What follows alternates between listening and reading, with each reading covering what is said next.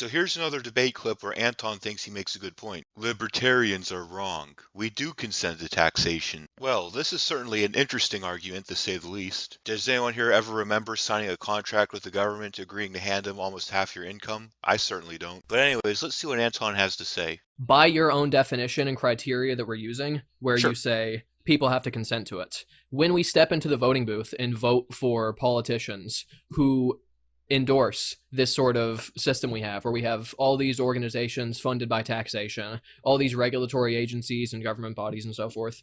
When I step into the voting booth and vote for some Democratic politician who supports these things. So first of all, I like how this guy seems to want to imply that it's only Democrat politicians who want to raise taxes. Conservatives also want to steal half your income to spend it on stupid bullshit, such as the war on drugs, overseas aggression, border restrictions, etc. Now maybe it's true that conservatives want to take less of your money than Democrats do, but they'd still believe in forceful confiscation of wealth for things that they want.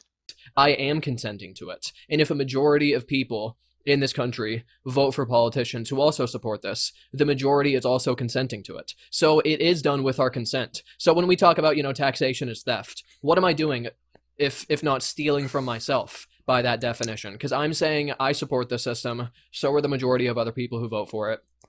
And so to talk about theft, it's like imagining yourself picking your own pocket. It's ridiculous on its face. So this entire argument has a major fatal flaw. When you vote for a tax increase, it's not just you who has to pay for that tax increase. Everybody does.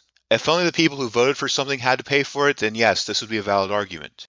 However, since everybody has to pay for that tax increase whether they voted for it or not, then this argument doesn't pass muster. You can't consent to something on someone else's behalf. I can't, for example, consent to sell my neighbor's car because it's not my car. The same thing goes for the consent of the majority. The consent of the majority does not mean the consent of the individual. If a group of people decide they want to go and rob somebody's house, would that become legitimate because the majority of people in that group want to do it, and the house owner who's in the minority just happens to be outvoted? Just because a lamb and two wolves might vote to eat the lamb for dinner doesn't mean the lamb gave his consent to be eaten. Anton has more of these debate clips. I plan on tackling them as well. If you want to see that, stick around. Until next time, this has been Philosophosa making stupidity play dead. Everyone take care.